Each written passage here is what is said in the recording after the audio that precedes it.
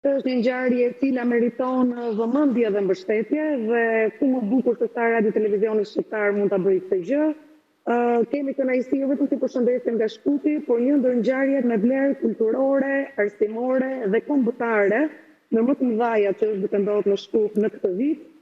sepse ky panajir nuk është vetëm një takim mes lexuesve apo mes shkrimtarëve, botuesve apo dhe institucioneve të librit, sikurse në rastin konkret Biblioteka Kombëtare e Shqipërisë, por është një dëshmi e gjallë e vitalitetit të gjuhës shqipe dhe e përkushtimit për të mbrojtur librin, por në qendër të jetës tonë kulturore të jetë pikërisht gjuha shqipe. Dhe jo ku ka dhe më bukur dhe se motoja që është vendosur në këtë panajir, gjuha jonë sa e mirë, na kujton pikërisht se gjuha është shtëpia jonë e përbashkët botoja shpirtërore, dhe se libri mbetet ura më e fortë që nuk lidh vetëm brezat, por lidh edhe trevat.